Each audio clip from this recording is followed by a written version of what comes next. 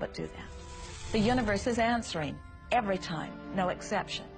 But there is another step that you must understand, and it is called step 3, which is the receiving step, which means you must bring yourself into alignment with what you're asking for.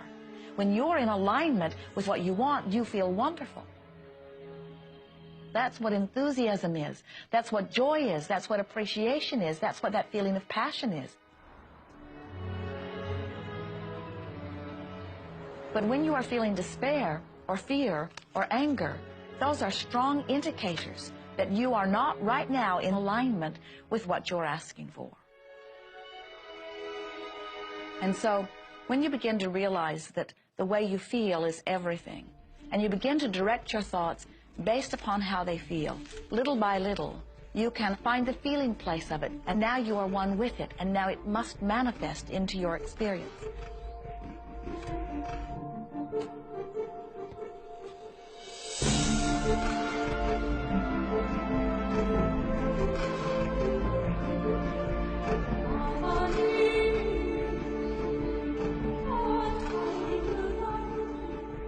And when you turn that fantasy into a fact, you're in the position to build bigger and better fantasies.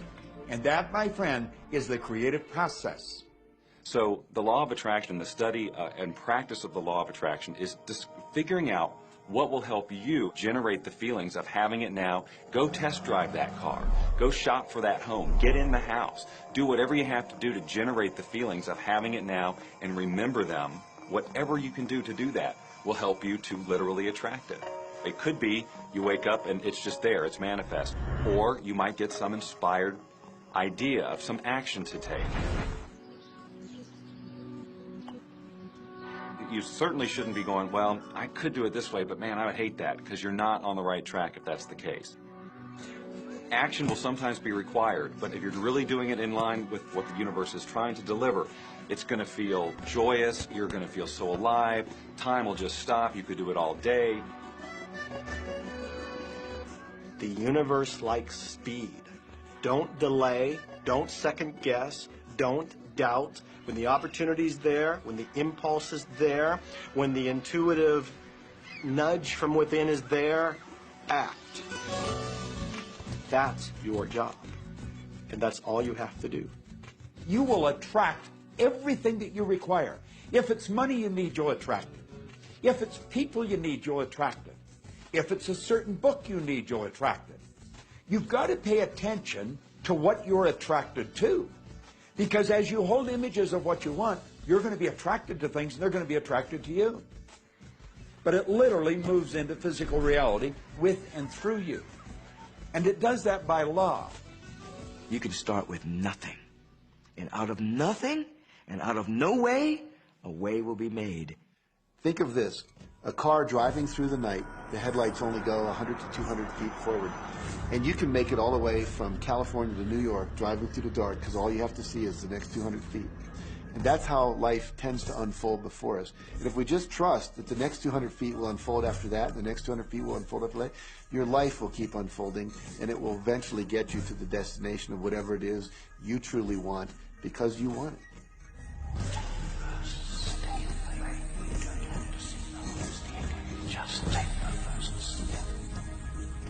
Well, another thing people wonder about is, how long is this going to take? How long will it take to manifest the car, the relationship, the money, whatever it happens to be? Well, I don't have any rule book that says it's going to take you 30 minutes or 3 days or 30 days. I think it's more a matter of you being in alignment with the universe itself. Size it's nothing to the universe. It is no more difficult to attract on a scientific level something that we consider huge to something that we consider infinitesimally small. The universe does everything it does with zero effort. Grass doesn't strain to grow. It's effortless. It's just this great design. It's all about what's going on up here. It's about what we put in place, saying this is big, it's going to take some time. This is small, oh, I'll give it an hour. You know, those are our rules that we define. There are no rules according to the universe. You provide the feelings of having it now, it will respond. Some people have an easier time with little things, and so we sometimes say, well, start with something small, like a cup of coffee. Make it your intention to attract a cup of coffee today. Hold an image of talking to an old friend that you haven't seen for a long time.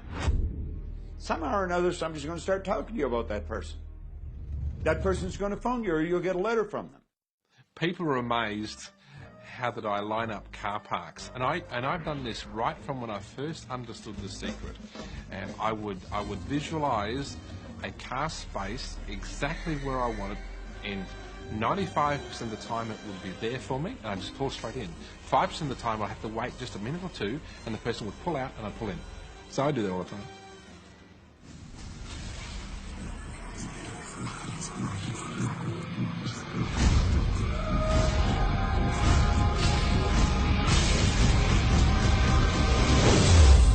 A lot of people feel stuck or in prison or confined by their current circumstances. And I'm trying to point out that whatever your circumstances right now, that is only your current reality.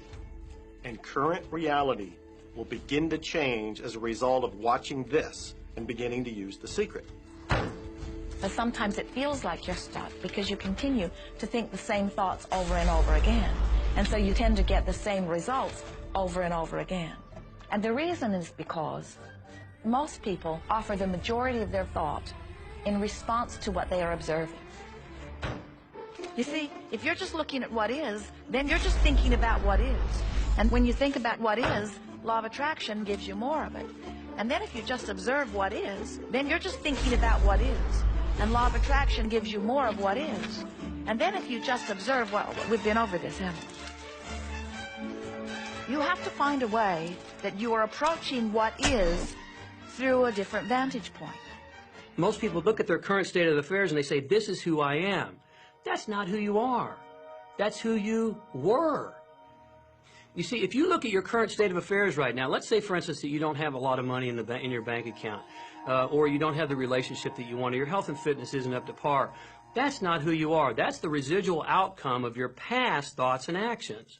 So we're constantly living in this residual, if you will, of the thoughts and the actions we've taken in the past. When you look at your current state of affairs and define yourself by that, then you doom yourself to have nothing more than the same in the future.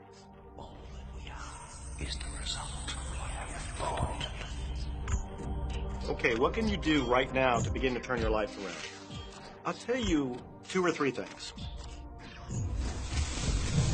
Start making a list of things to be grateful for. Start with that, because this shifts your energy. It starts to shift your thinking. Where before this exercise, you might be focusing on what you don't have, and you might be focusing on your complaints, and you might be focusing on whatever the problems are. When you do this exercise, you start to go in a different direction. You start to be grateful for all the things that you feel good about. Gratitude is absolutely the way to bring more into your life. Every man knows that when his wife's appreciating him for the little things he does, what does he want to do? He wants to do more. It's always about appreciation. It pulls things in. It attracts support. I've said for many years that whatever we think about and thank about, we bring about. Because that's that feeling that you have to have, you know. And so for me, it's been such a powerful exercise every morning to get up and say thank you. Every morning when my feet hit the floor, thank you. And then I start running through what I'm grateful for as I'm going to brush my teeth and do the things I do in the morning. And I'm not just thinking about them and doing some rote routine, but I'm putting it out there and I'm feeling the feelings of gratitude.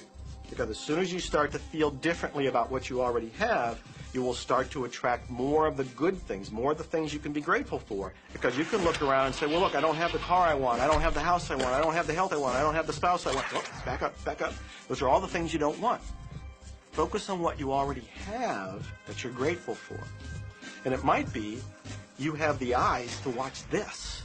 It might be the clothes that you have. Yes, you might prefer something else, and you might get something else pretty soon if you start feeling grateful for what you have.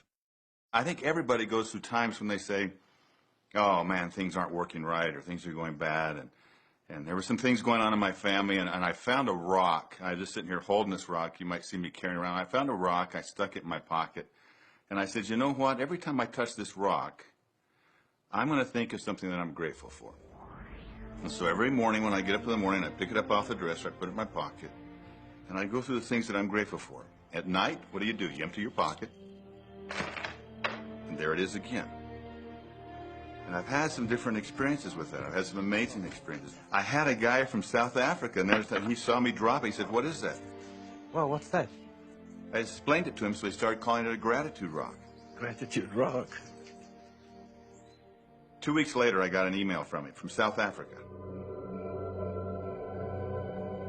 He said, my son is dying from a rare disease, it's a type of hepatitis. He said, would you send me 3 gratitude rocks? Now, they're just rocks I found off the street, you know, so I said, sure. I had to make sure that the rocks were very special.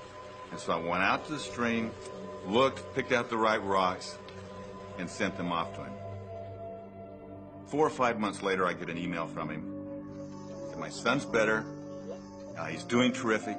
And he said, but you need to know something. He says, we've sold over 1,000 rocks at $10 a piece as gratitude rocks, and we've raised all this money for charity. Thank you very much. And so it's very important to be in an attitude of gratitude, as I call it. Another thing that I would suggest that you do right now to turn your life around, and this is so huge that I can't find the words to describe just how powerful this can be for you.